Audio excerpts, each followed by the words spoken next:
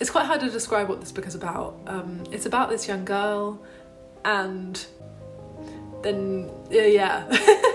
I really appreciate this book. I think it's very well written, but I'm not necessarily sure I enjoyed it. I think it's worth giving a go, and I think I got a lot out from it. I've been thinking about it a lot ever since I finished reading it. Hello, my name is Rhianna and I like reading books, and sometimes I like reading books that could be described as being a little bit odd.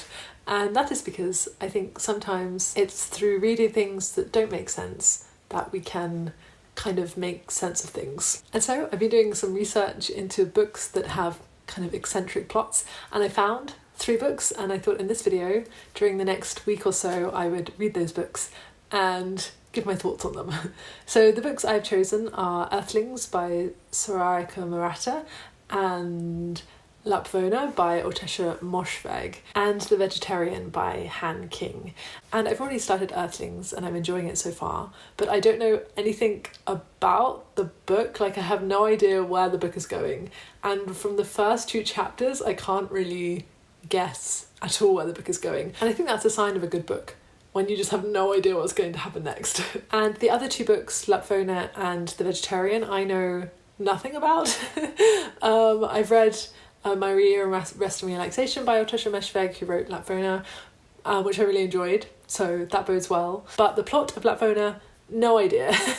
I know there is a sheep on the front of the cover. Maybe it's about sheep. Then there's also The Vegetarian. I've seen this around in the book sphere for a while, and I think initially I thought it was like a non-fiction book about being vegetarian. I don't know why that was my assumption, perhaps because the title is quite on the nose, The Vegetarian. It sounds like it could be a non-fiction book, but I have since learned that it's very much a fictional book.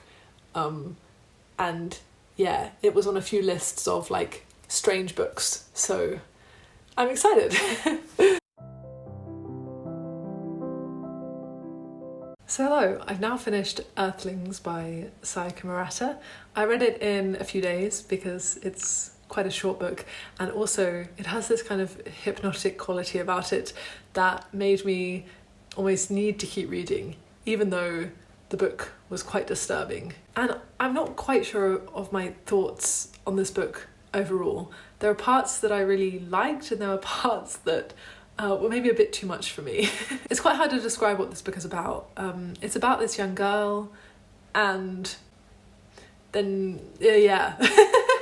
I think it's very hard to say anything without giving away parts of the plot, and I think part of the joy of it is kind of discovering the book for yourself, although I'm not sure I can necessarily use the word joy to describe anything about this novel.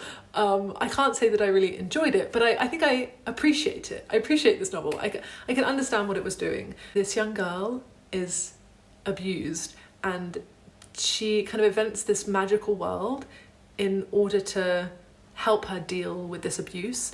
And I think that idea is one that I enjoy, because I think it's quite common to use your imagination to soothe pain, and I appreciate seeing that being portrayed in literature. However, I think there were parts of this book that were just a bit too much for me.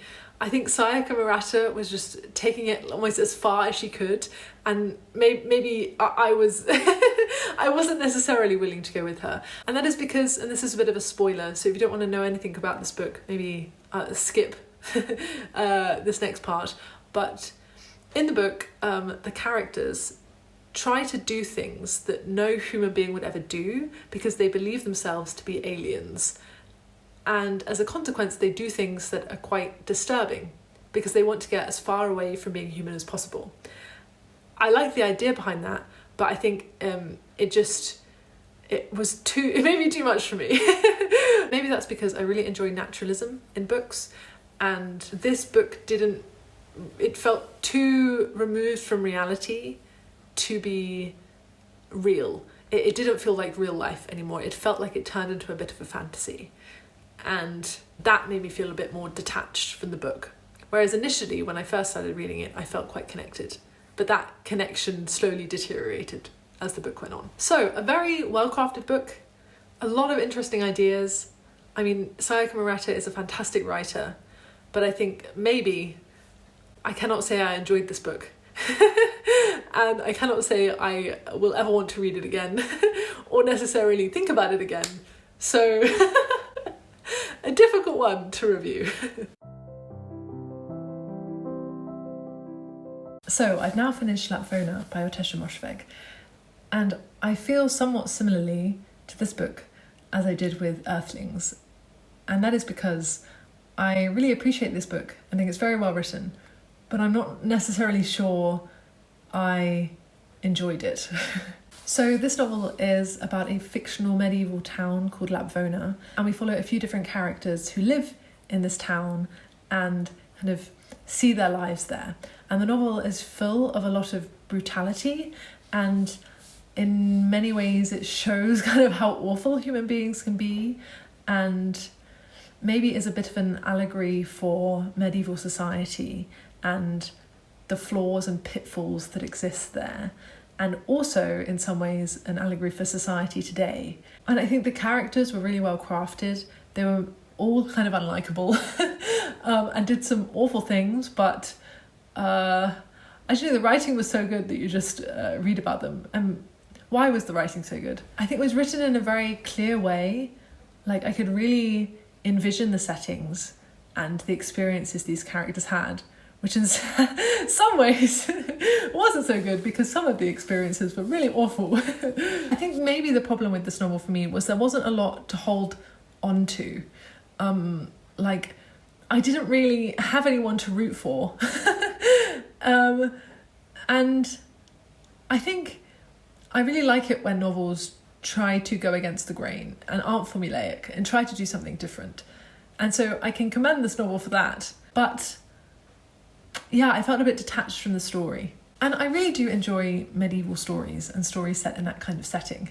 And I understand that in reality, medieval settings were probably very brutal. Well, not probably, they were very brutal.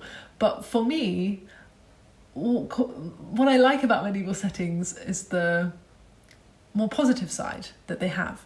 And that is kind of like the market stalls and the simpler time aesthetic. And this novel didn't really have any of that. This novel made me very much never want to go to medieval times at all. And so yes, that's Lapvona. I'm not sure I would ever recommend it, but an interesting read.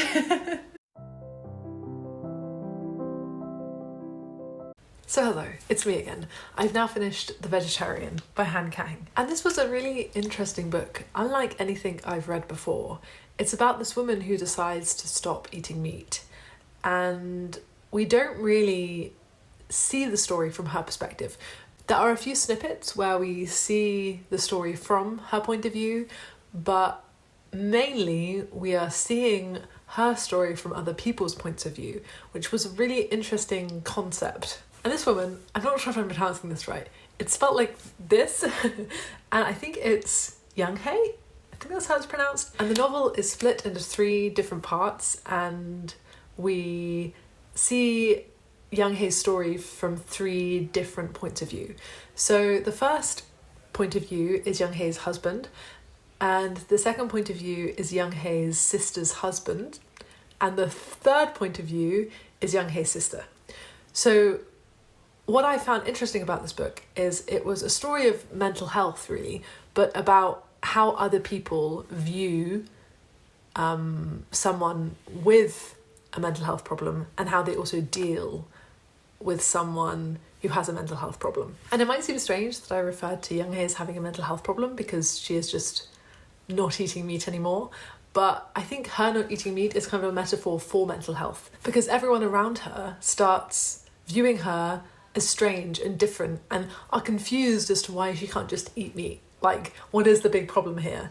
And I think maybe if you have a mental illness, it's not particularly uncommon for people to think, you could just, it's easy, just like get better, because it's a mental health problem rather than a physical health problem, which is not the case. You can't just get better from mental health in the same way you can't just get better from a broken leg. It's not always as simple as that. So I thought it was really interesting hearing the story from other people's perspectives. But I would say, because we are from the outside looking in, it may be for some readers could be a bit difficult to like fully connect to the story, because we have 3 different points of view. There isn't really a clear protagonist.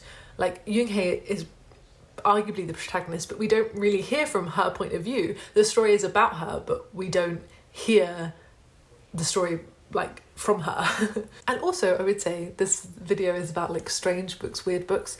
This book is a bit alternative, but I wouldn't say it's really that weird or that strange. The things that happen within it feel like they could happen in real life. To some extent, maybe. No, I feel like yeah, they could happen in real life, especially when you compare it to something like Earthlings, which like maybe that could happen in real life, but I feel like it couldn't. It's a bit it's a bit too far. And I think you would enjoy this book if you like literary fiction, you like kind of different kinds of plots where there isn't really a clear protagonist, a clear person to root for. You like books from multiple perspectives. You find books with metaphors interesting. And I think maybe you could give it a try. I can completely see why someone maybe wouldn't gel with this book, but I think it's worth giving a go, and I think I got a lot out from it. I've been thinking about it a lot ever since I finished reading it. Okay, so that's the video. I think this was quite fun, reading some different and strange books over the past week and a bit. I think my favourite that I read is The Vegetarian by Han Kang. Then maybe Earthlings by Sayaka Murata. Then maybe Lapvona by Ottessa and Moshfegh. But I don't think any of them were new favourites.